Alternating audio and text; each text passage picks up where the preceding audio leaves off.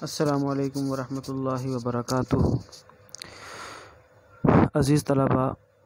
میں حافظ محمد رضوان اللہ 9th class کی اسلامیات لازمی کے نئے لیکچر کے ساتھ آپ سے مخاطب ہوں۔ آج کے اس لیکچر میں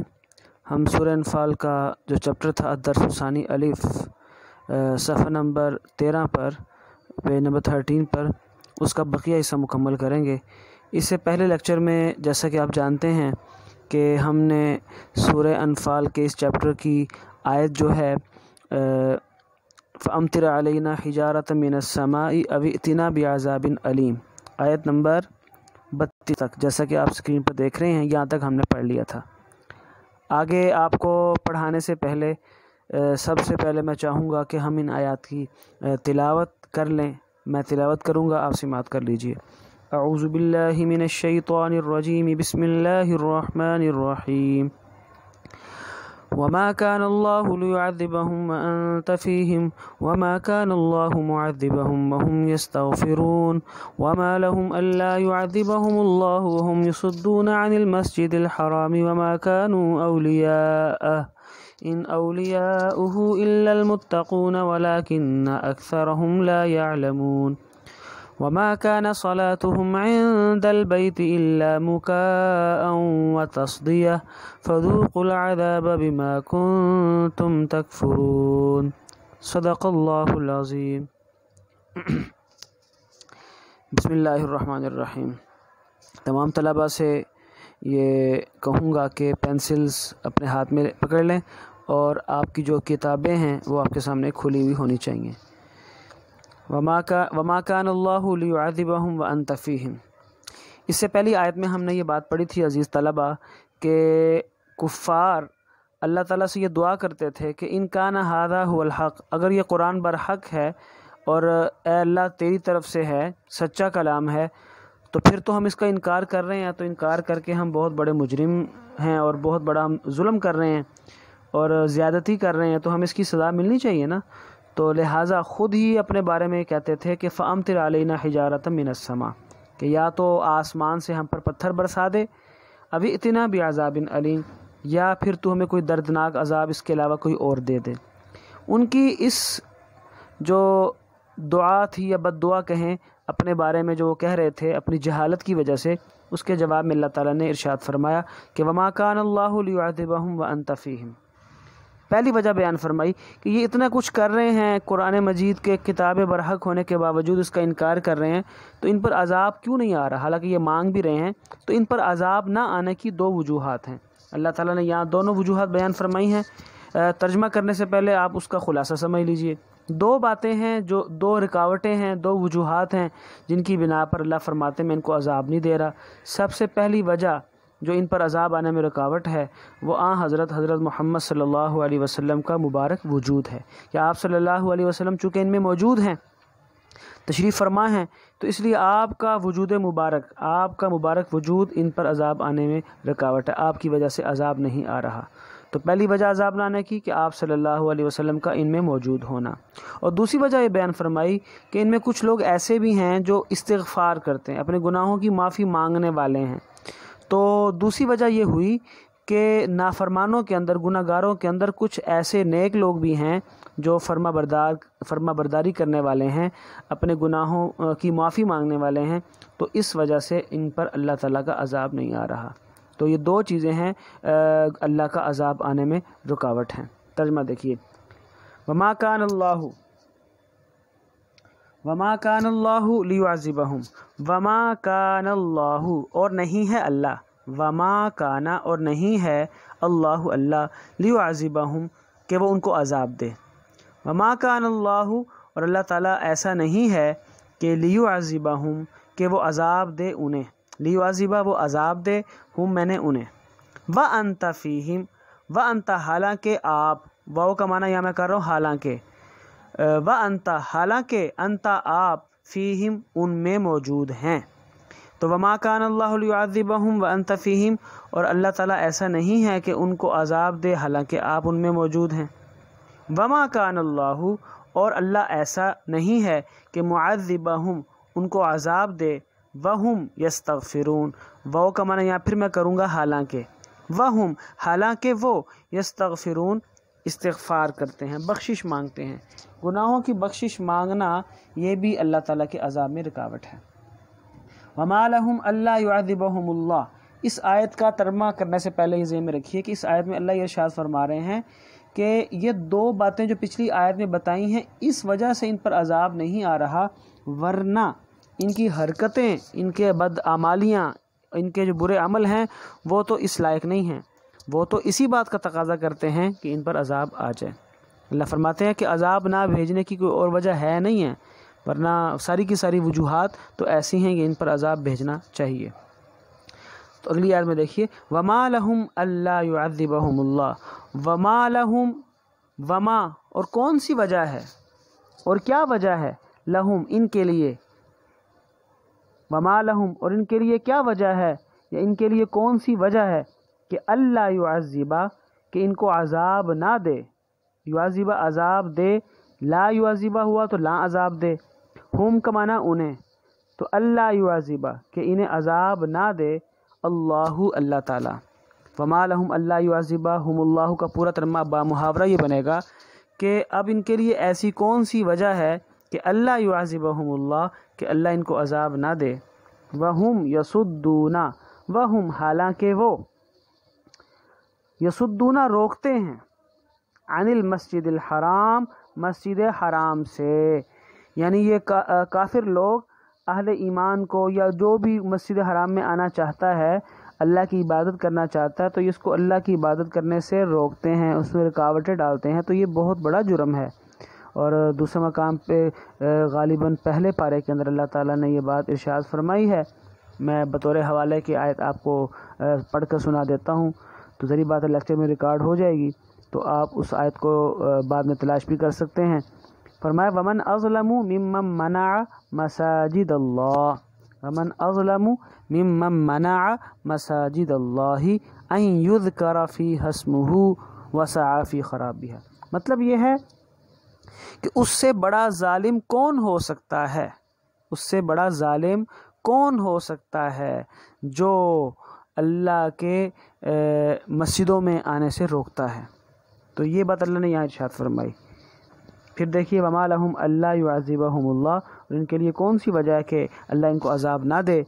وہم یصدون حالانکہ وہ روکتے ہیں، عن المسجد الحرام مسجد حرام سے، خانہ کعبہ سے۔ وما کانوا اولیاء، وما کانوا اور وہ نہیں ہیں، اولیاء اس کے متولی، اولیاء ولی کی جمع ہے، اولیاء جمع ہے ولی کی، تو اولیاء متولی کے معنی میں کر رہا ہوں، جو جیسے کہ آپ نے کتاب میں بھی دیکھا ہے مسجد کے متولی لکھا ہوا ہے، تو متولی عام طور پہ کسی مسجد کا جو بڑا ہوتا ہے، جو بانی ہوتا ہے، جس نے اس کی بنیاد رکھی ہوتی ہے، جو اس کی رکھوالی کرتا ہے، اس کا خیال رکھتا ہے، اس کے معاملات سارے دیکھتا ہے اور اس میں فساد برپا نہیں ہونے دیتا، اس کو ہم متولی کہیں گے۔ تو یہاں اللہ تعالیٰ فرما رہے ہیں کہ یہ مسجد حرام سے روکتے ہیں، حالانکہ ان کے پاس یہ اختیار نہیں ہے، یہ مسجد حرام کے متولی نہیں ہے۔ متولی اگر ہوتے نا تو مسجد حرام میں اللہ کی یاد سے، اللہ کے ذکر کرنے سے نہ روکتے۔ تو وما کانوا اور وہ نہیں ہیں، اولیاء اس کے متولی، اولیاء میں نے متولی، ہو کا معنی اس کے، یہ ہو کا معنی اس کے، ادھر اشارہ کس کی طرف ہے، مسجد حرام کی طرف۔ تو اگر یہ لوگ مسجد حرام کے متولی نہیں ہیں تو پھر مسجد حرام کا متولی کون ہے؟ تو اگلے حصے میں فرمایا ان اولیاؤہ الا المتقون، ان اولیاؤہ اس کے متولی کون ہے؟ الا المتقون، متقی لوگ ہیں۔ ان اولیاؤہ اس کے متولی الا المتقون، متقی لوگ ہیں۔ ولکن اکثرہم لا یعلمون، ولکن اور لیکن اکثرہم ان میں سے اکثر لوگ لا یعلمون جانتے نہیں ہیں۔ بیٹا یہ آپ کے سامنے جو ان اولیاؤہ الا المتقون میں نے ترجمہ کیا ہے، یہ ترجمہ میں نے صرف سمجھانے کے لیے بامحاورہ کر دی، کیونکہ اس میں ذرا تھوڑی تفصیل ہے، تو میرے خیال میں ہمارا ٹائم اس بات کی اجازت نہیں دے رہا۔ اللہ نے چاہا انشاءاللہ آپ سے جو ملاقات ہوگی، تعلیمی ادارے دوبارہ کھلیں گے تو آپ اس میں پوچھ بھی سکتے ہیں۔ بس مختصر میں یہ بتا دوں کہ یہاں پہ ان اولیاؤہ الا المتقون کا بامحاورہ ترجمہ یہ ہے کہ اس کے متولی یعنی اس مسجد حرام کے متولی الا المتقون متقی لوگ ہیں۔ ہاں متقی لوگ اللہ سے ڈرنے والے اس بات کا حق رکھتے ہیں کہ وہ اس مسجد حرام کے متولی بنے، کیوں کہ اس مسجد حرام کا حق تو وہی ادا کر رہے ہیں۔ ولیکن اکثرہم لیکن ان میں سے اکثر لا یعلمون نہیں جانتے، کیونکہ یہ مسجد حرام میں آ کر نہ کسی کو نماز پڑھنے دیتے ہیں، نہ عبادت کرنے دیتے ہیں، نہ خود کرتے ہیں۔ خود ان کی نماز، ان کی عبادت مسجد حرام میں آ کر، بیت اللہ کے اندر، خانہ کعبہ کے اندر آ کر کیا ہوتی ہے؟ اگلی آیت میں اللہ تعالیٰ نے اس کی وضاحت فرمائی ہے کہ آ کر سیٹیاں بجائیں گے، تالیاں بجائیں گے، بس یہ سیٹیاں بجانا، تالیاں بجانا، یہی کام ان کا مسجد حرام میں آ کر ہوتا ہے، اور اس کے سوا ان کا کوئی اور عمل، کوئی عبادت وغیرہ وہاں پہ نہیں ہوتی۔ چنانچہ فرمایا وما کان صلاتہم، وما کان اور نہیں ہے صلاتہم ان لوگوں کی نماز، صلات نماز، ہم میں نے ان لوگوں کی، وما کان صلاتہم اور نہیں ہے ان لوگوں کی نماز، عند البیتی خانہ کعبہ کے پاس، البیت سے مراد خانہ کعبہ ہے۔ بیٹا یاد رکھیں البیت، اس کے شروع میں آپ کو الف لام نظر آ رہا ہے، ویسے بیت کہتے ہیں، بیت کہتے ہیں گھر کو، بیتن کہتے ہیں گھر کو، لیکن یہاں پہ صرف بیت نہیں لکھا ہوا بلکہ شروع میں الف لام بھی آپ کو نظر آ رہا ہوگا، البیت ہے۔ تو آپ نے اگر گرامر سے تھوڑی آپ مطلب اس کو یاد رکھا ہوا آپ نے کوئی ذہن میں ہے تو آپ نے گرامر میں اس میں معرفہ اور اس میں نکرہ پڑھا ہوگا، تو اب جانتے ہیں کہ اس میں معرفہ وہ ہوتا ہے کوئی ایسا اسم کسی خاص جگہ کا، خاص شخص کا، خاص چیز کا جو نام ہوتا ہے نا، اس میں خاص خصوصیت پائی جائے، اس کو ہم اس میں معرفہ بولتے ہیں۔ تو بیت کا معنی ہے گھر، لیکن عربی زبان میں جب شروع میں الف لام لگ جائے، جیسا کہ یہاں پہ بیت سے البیت ہو گیا، تو اب اس کا معنی صرف گھر نہیں ہوگا، البیت کا معنی ہوگا خاص گھر، بغیر الف لام کے بیت کا معنی ہے گھر، البیت خاص گھر۔ تو وہ خاص گھر کون سا ہے؟ وہ خانہ کعبہ ہے، اللہ تعالیٰ کا خاص گھر ہے جس پر اللہ تعالیٰ کی رحمتیں نازل ہوتی ہیں۔ سب اہل ایمان نماز میں چہرہ بھی اس طرف کرتے ہیں، اسی طرح جو عمرے یا حج کے لیے جاتے ہیں وہ اس کا طواف بھی کرتے ہیں۔ وما کان صلاتہم اور نہیں ہے، وما کان اور نہیں ہے، صلاتہم ان کی نماز، عند البیتی خانہ کعبہ کے پاس، الا سوائے مکاءن سیٹیوں کے، و تصدیہ اور تالیاں بجانے کے، مکاءن سیٹیاں اور تصدیہ تالیاں، تو سیٹیاں اور تالیاں بس یہی ان کی نماز ہے۔ مطلب یہ نہیں کہ وہ سیٹیاں بجاتے ہیں اس کو یہ سمجھتے ہیں کہ ہم نماز پڑھ رہے ہیں، مطلب یہ کہ شور شرابہ کرتے ہیں اور بس نماز پڑھنے کے بجائے وہاں پر ان کا یہ کام ہوتا ہے، تو نماز وغیرہ تو انہوں نے پڑھنی نہیں، بس یہی کام انہوں نے کرنے ہیں، اور یہ عمل اللہ کے گھر کی شان کے، اللہ کے گھر کی ادب کے خلاف ہے، لہٰذا یہ تو بے ادبی کے مرتکب ہیں، اس لیے یہ اس بات کا بالکل حق نہیں رکھتے کہ یہ خانہ کعبہ کے متولی کہلائے جائیں۔ فذوقوا العذاب ان کی سزا بیان فرمائی کہ جو ایسا کرتے ہیں ان کی سزا یہ ہے کہ قیامت کے دن انہیں کیا کہا جائے گا؟ فذوقوا، فا میں نے پس، ذوقوا تم چکھو، العذاب عذاب کو۔ دنیا میں بھی انہوں نے اللہ کی نافرمانی کی وجہ سے عذاب چکھا ہی ہے، ناکام ہوئے، اور آخرت میں بھی ان کو یوں کہا جائے گا کہ فذوقوا پس تم چکھو، العذاب عذاب، بما کنتم تکفرون، بما اس وجہ سے، کنتم کہ تم تھے، تکفرون کفر کرنے والے، کفر کرتے تھے، کنتم تم تھے، تکفرون کفر کرتے، تو یہ میں نے لفظی ترجمہ کیا، بما اس وجہ سے کہ کنتم تم تھے، تکفرون کفر کرتے، با محاورہ ترجمہ بنے گا بما کنتم تکفرون، اس کفر کی وجہ سے جو تم کرتے تھے، یہ تمہارے اس کفر کی سزا ہے۔ اب یہاں پہ ذرا غور سے سمجھنا ہوگا بیٹا، آپ لوگ بھی اور میں بھی، ہم سب اس پہ توجہ دیں کہ ہم مسجدوں میں جاتے ہیں اور مسجدوں میں جا کر نماز پڑھنے کے بجائے اگر ہم وہاں پہ شور کریں، دنیا کی باتیں کریں، کرکٹ میچ کی باتیں کریں کہ کتنے سکور ہو گئے، یا ایک دوسرے سے مختلف دنیا کی باتیں شروع کر دیں، کسی گیم پر پابندی لگ گئی، اس پابندی کے بارے میں باتیں شروع کر دیں کہ وہ گیم فلاں ہے، وہ بند ہو گئی ہے، اس پہ بین ہو گیا، ٹک ٹاک پہ پابندی لگ رہی ہے یا لگ گئی ہے، یہ باتیں مسجد میں جا کر دوستوں سے ملاقات کرنا، وہاں ایسی باتیں کرنا اور یا اونچی آواز میں بولنا، یہ مسجد کے ادب کے خلاف ہے، اور اللہ تعالیٰ نے اس بے ادبی کو کفر کہا ہے۔ دیکھیں نا اللہ نے فرمایا فذوقوا العذاب، ان سے کہا جائے گا کہ فذوقوا العذاب، تم عذاب چکھو، بما کنتم تکفرون، اس کفر کی وجہ سے جو تم کرتے تھے۔ تو حالانکہ اللہ نے ان کے کون سے کفر کا ذکر کیا ابھی پچھلے آیت کے پچھلے حصے میں، کہ وہ خانہ کعبہ کے پاس جا کے نماز پڑھنے کے بجائے سیٹیاں اور تالیاں بجاتے ہیں، تو بے ادبی وہ کفر کے زمرے میں آ جاتی ہے، کیونکہ یہ توہین ہو جاتی ہے۔ اللہ ہم سب کی سے حفاظت فرمائے۔ آگے دیکھیے ان الذین کفروا، یہاں پہ اللہ تعالیٰ نے کافروں کے بارے میں یہ بات ارشاد فرمائی ہے کہ یہ کافر لوگ اپنے مال و دولت جو کماتے ہیں تو اللہ کی راہ میں انہوں نے کیا خرچ کرنا ہے، اگر خرچ کرتے بھی ہیں تو صرف اس لیے خرچ کرتے ہیں کہ اہل ایمان کو، مسلمانوں کو اللہ کے راستے سے روکا جائے، دین اسلام کے راستے میں رکاوٹیں ڈالنے کے لیے یہ اپنا مال خرچ کرتے ہیں۔ یہی مال ان کا اگر اللہ کی رضا کے لیے خرچ ہوتا تو ان کے لیے باعث نجات ہوتا، لیکن یہ ایسا نہیں کر رہے، بلکہ اللہ رب العزت کے راستے سے روکنے کے لیے خرچ کر رہے ہیں۔ ان کا یہ خرچ کرنا ان کے لیے وبال اور افسوس کا باعث ہوگا۔ ترجمہ دیکھیے ان الذین، بے شک وہ لوگ، کفروا جنہوں نے کفر کیا، ينفقون وہ خرچ کرتے ہیں، اموالہم اپنے مال،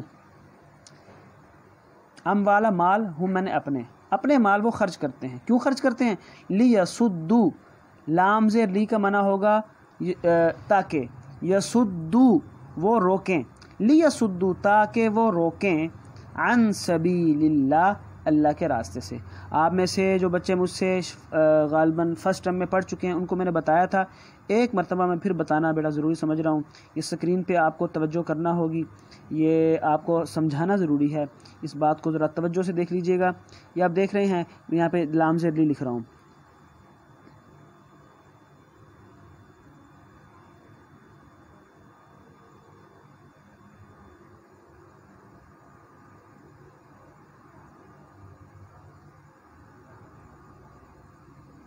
جی یہ دیکھیے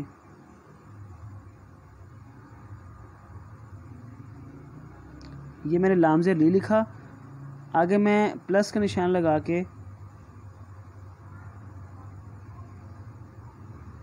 یسدوا لکھ رہا ہوں۔ یہ آپ اگر دیکھیں اس پہ غور کریں تو آپ کو یہ بات سمجھ آ جانی چاہیے کہ یہ لام زیر لی اور یسدوا، یہ اتنا صاف نہیں دکھا گیا لیکن بس صرف سمجھانے کے لیے، لام زیر لی کے بعد یسدوا ہے، یسدوا اصل میں یہ ایک ورب ہے، یسدوا وہ روکیں، تو لام زیر لی کے بعد اگر یسدوا یا کوئی اور ورب آ جائے، یہ والا یا کوئی بھی ورب آ جائے تو لام زیر لی کا معنی ہمیشہ کیا ہوگا؟ تاکہ۔ اس لام زیر لی کا معنی کریں گے تاکہ، شرط یہ ہے کہ لام زیر لی کے بعد کیا آئے؟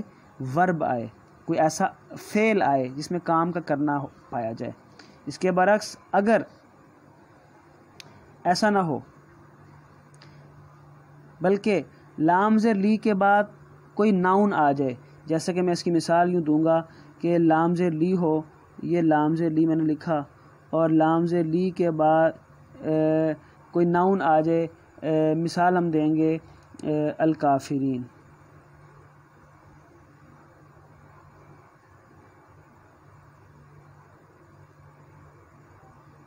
الکافرین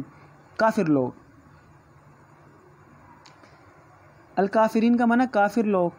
تو قرآن پاک میں آیا ہے، سورہ انفال میں بھی گزرا ہے للکافرین، اس کو ملا کے پڑھیں گے للکافرین۔ اب یہاں بھی لام زیر لی ہے لیکن یہاں پہ ہم لام زیر لی کا معنی تاکہ نہیں کریں گے، چونکہ لام زیر لی کے بعد الکافرین ایک ناؤن آیا ہے، ورب نہیں ہے، یہاں پہ لام زیر لی کا معنی ہوگا کے لیے، کے لیے، تو للکافرین کافروں کے لیے۔ یہ دونوں لاموں کا فرق ہمیں سمجھنا ہوگا۔ امید ہے کہ آپ لوگ سمجھ چکے ہوں گے۔ واپس ہم چلتے ہیں۔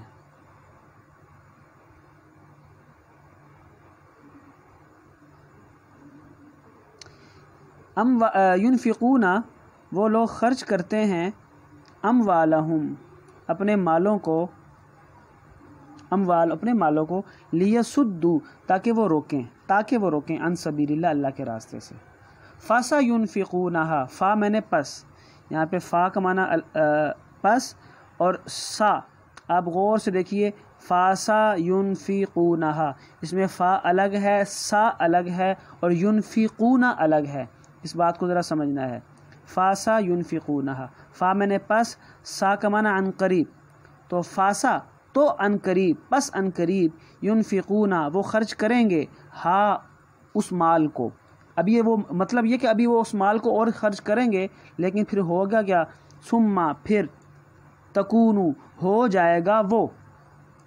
تکونو میں نے ہو جائے گا، اشارہ ہے اس کی طرف، یعنی وہ جو خرچ کر رہے ہیں اس کی طرف اشارہ ہے. ثم تکونو پھر ہو جائے گا وہ، یعنی وہ خرچ کرنا، علیہم ان پر، حسرتاً افسوس کا باعث، حسرت کا باعث. ثم پھر یغلبون وہ مغلوب ہو جائیں گے، یعنی انہیں شکست ہوگی. یہ اللہ تعالیٰ نے پیشن گوئی فرما دی کہ جب اہل ایمان کے سنگ کا مقابلہ ہوگا تو یہ شکست کھائیں گے، دنیا میں بھی شکست خوردہ، آخرت میں بھی شکست خوردہ. والذین اور وہ لوگ، کفروا جنہوں نے کفر کیا، الی جہنم جہنم کی طرف، یحشرون انہیں جمع کیا جائے گا، انہیں جہنم کی طرف جمع کیا جائے گا. والذین کفروا اور وہ لوگ جنہوں نے کفر کیا، الی جہنم جہنم کی طرف، یحشرون انہیں جمع کیا جائے گا. بیٹا آج کے اس لیکچر میں اتنا ہی. انشاءاللہ آیت نمبر 37 کو ہم اپنے نیکسٹ لیکچر میں پڑھیں گے بہت ساری دعاؤں کے ساتھ. اللہ حافظ.